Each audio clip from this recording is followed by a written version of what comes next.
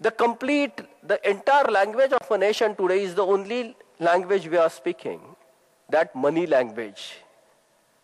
The entire globe, the only language is there of communication. There is no Hindi, no English, no Telugu, no Marathi, no Chinese. The only language of today's era is money language. Everything is being consolidated. Every resource is being consolidated in the final word, that is money. It's a final state. It's the most refined resource is money. Our life is being monetized. The monetization is penetrating deeper and deeper in our society. Unfortunately, money is not flowing through the society.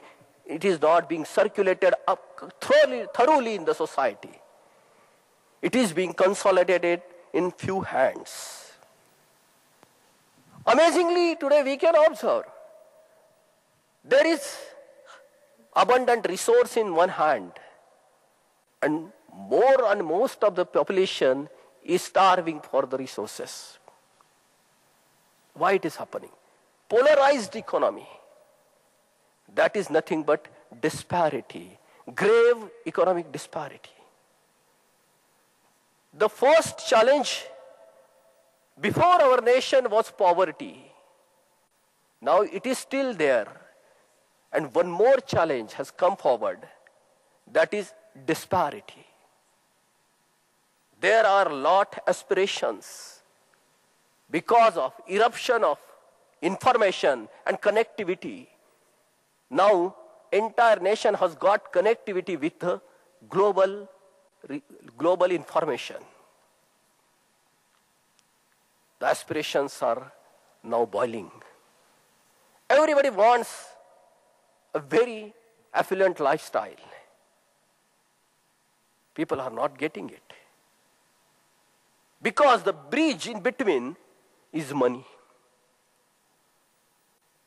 Our totally controlled economy is now being converted into open or market economy. The basis of market economy, the basic life of market is depend on the only thing, that is demand. The life of market is nothing but demand for services and goods. And in market economy, the only thing is most powerful, that is customer. To keep ourselves alive in market economy, we should have purchasing power. Demand cannot be created without purchasing power. Need plus purchasing power is equal to demand. India of a huge population and huge need, we have certain strength, and this is a dormant strength of India. We have a lot of potential, but because of lack of purchasing power, we have not been able to convert ourselves in a global customer or global clientele. There is a difference between beggar and customer. That's the only difference. That's the only factor that changes your status. If you have a need, but without purchasing power, one can be called beggar. And need backed by purchasing power is nothing but customer or clientele. If we want to regain our grace, our esteem back in a globalized era, we should get purchasing power. And it is very much possible. Ample of resources available in India. Huge manpower, huge natural resources, everything is available. Exactly where we are lacking. Lot of money is being printed, but it is not coming to poor people. It is not flowing through the society. Because why it is happening? Here are more experts from economics and from finance.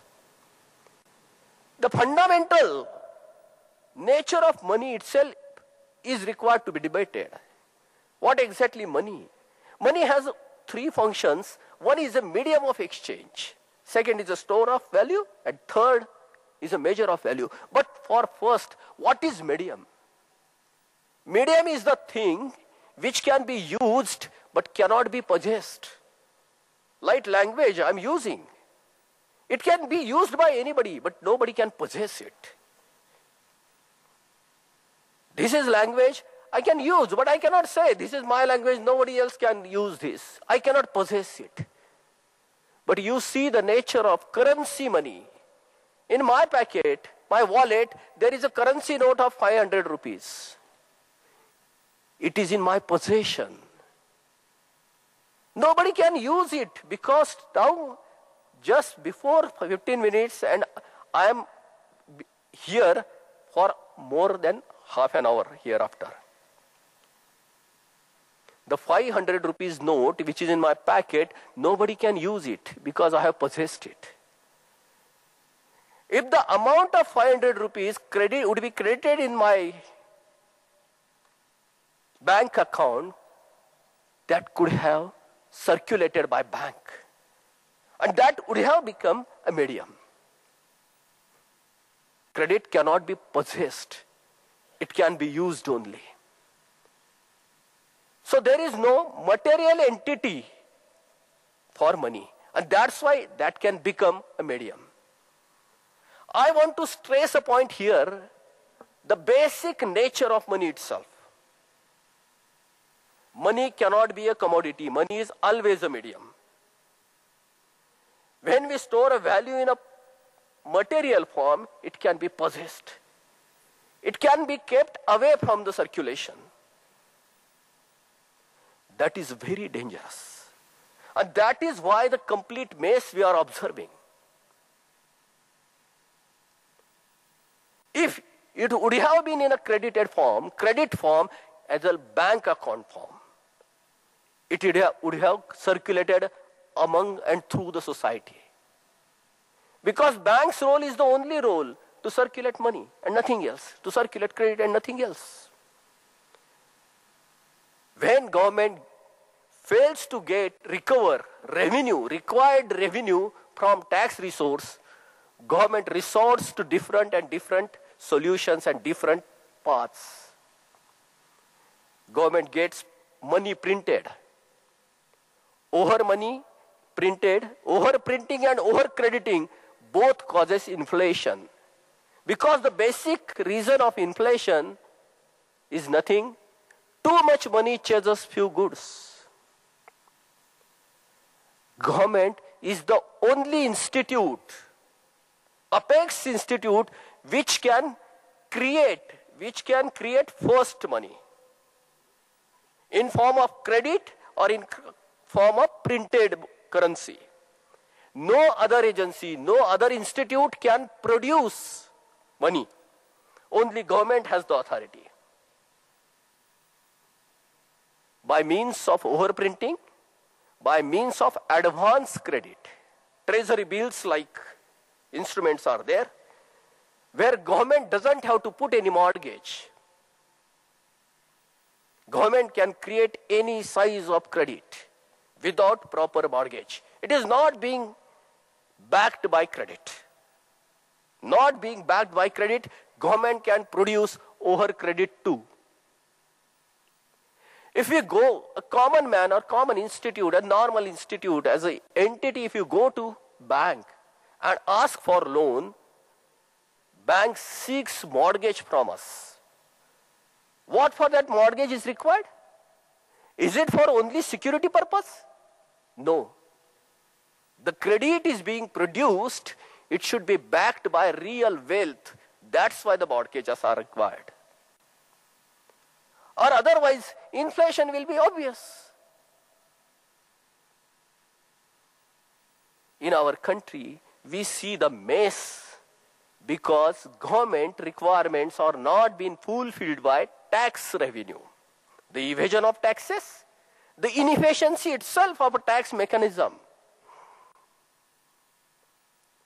if you want to curb, if you want to address the conditions, if you want to address the dire situation, we have to give complete alternative. Government should be fed properly. Government revenue, government coffer should be fed properly. And that is, tax is the clean revenue to the government. Being apex governance body, government has so many responsibilities. Social welfare, social security. The prime responsibility of government is social security and social welfare. To address this responsibility, government has a fundamental and constitutional right to raise revenue from peoples which are going to get benefited entire nation, country. The form of taxation is like it. Taxation is nothing but a mandatory contribution of individuals and institutes to the government. This, if our government is not getting sufficient revenue, obviously it is going to deliver a poor results. That is what happening today. The tax revenue are completely liability free to the government. Tax revenue is not liable for the government, but it's a responsible. Tax revenue is a responsibility. It has a responsibility, it doesn't have any liability. It's a clean revenue to the government. Now, I will move forward. What exactly happening in the parallel economy?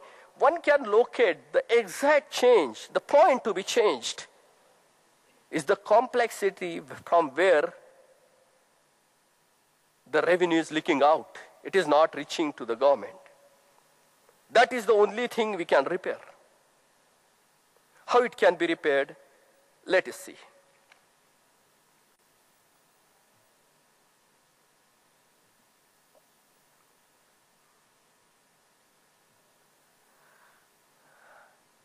Before that, I will show the complexity of a currency in India. A comparative chart is here. America, UK, Japan, and India. Per capita of USA is $40,000. The highest denomination currency note is of $100.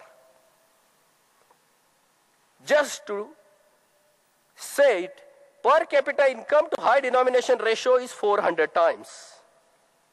In UK, 20,000 pound is per capita income. 50 pounds currency notes is highest denomination. It comes around 400 times. Japan, 40,000 yen. The highest currency note is of 10,000 yen. That comes to 400 times. In India, it is about 46,000. Now it's say about 60,000. The 1,000 rupee currency note is there. That comes to 46 times. That indicates how irrationally our denomination currency, high denomination currency is there. By nature, currency transactions are non-traceable. There are money of two forms. Transaction money is of two forms. One is credit form, that is bank money, and another one is high powered or legal tender money, that is currency money.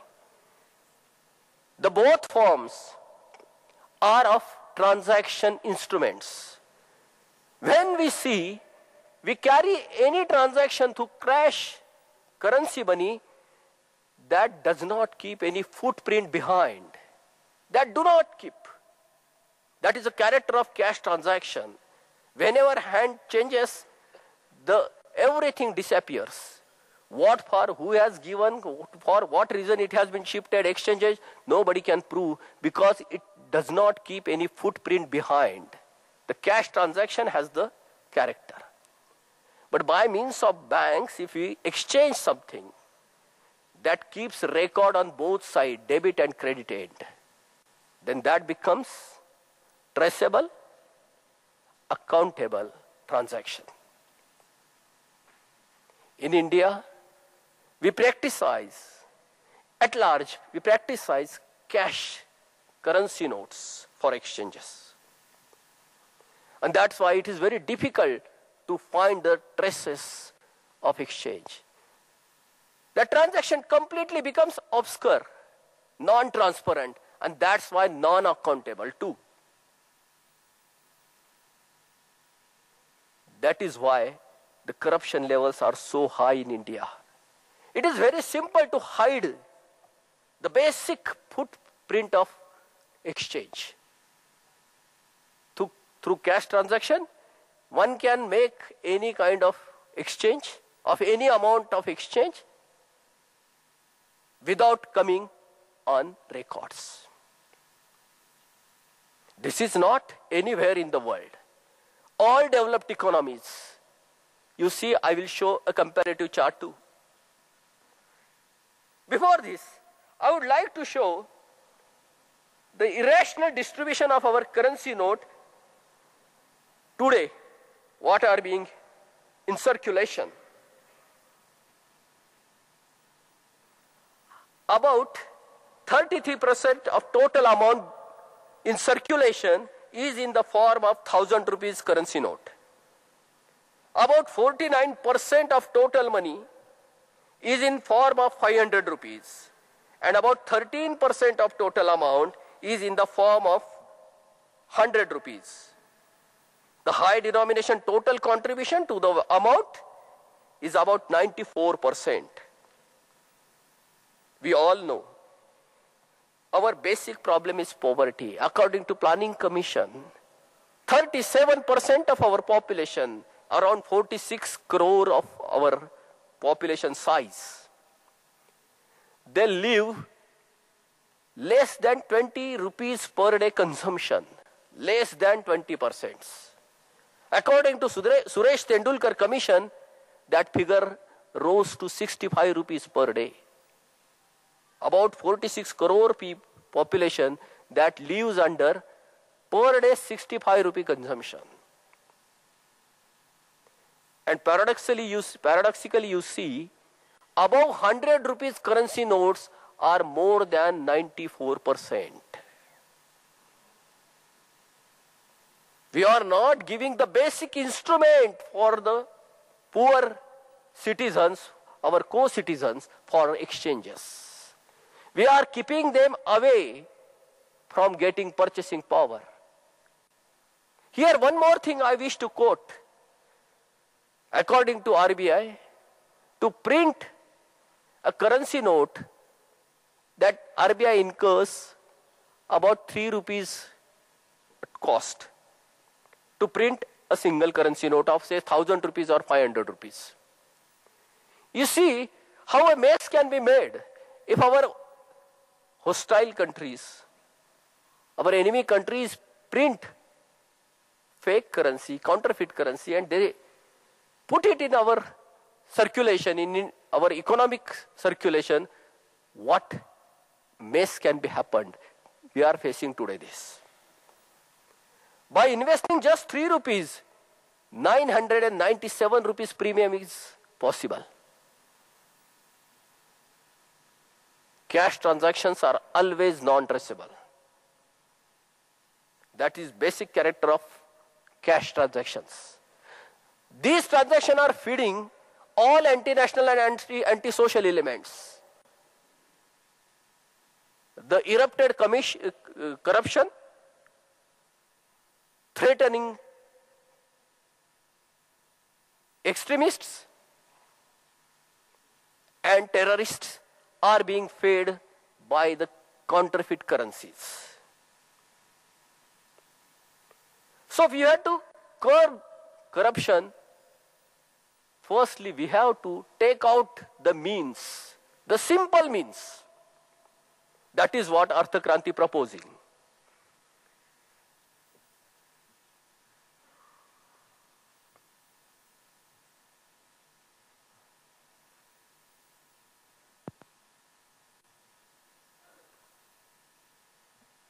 Why India is poor? One more thing, one chart I am keeping in front of you.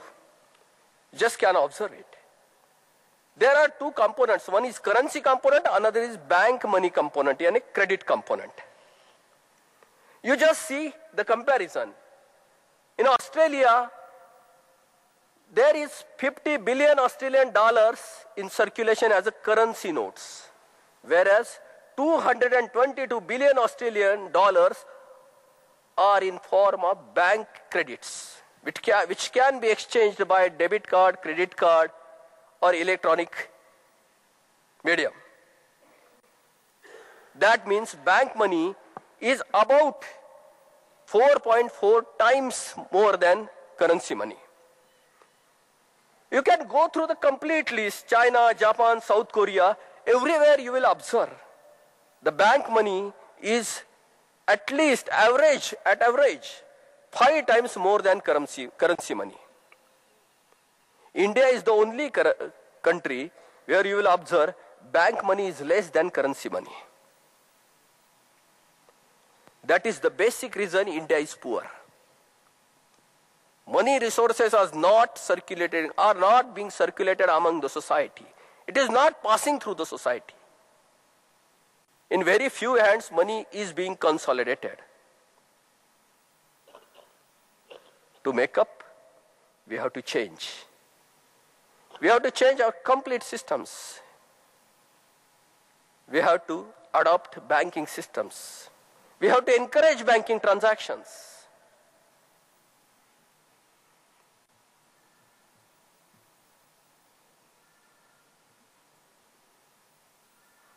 So what kind of, I will show just to interpret, because here taxation is also linked with. Our social welfare is linked with two things. One from credit side, another from fiscal side. Most of us are not aware how much burden we are enduring or taking on our shoulder by means of the tax, indirect tax. Indirect tax are huge in India.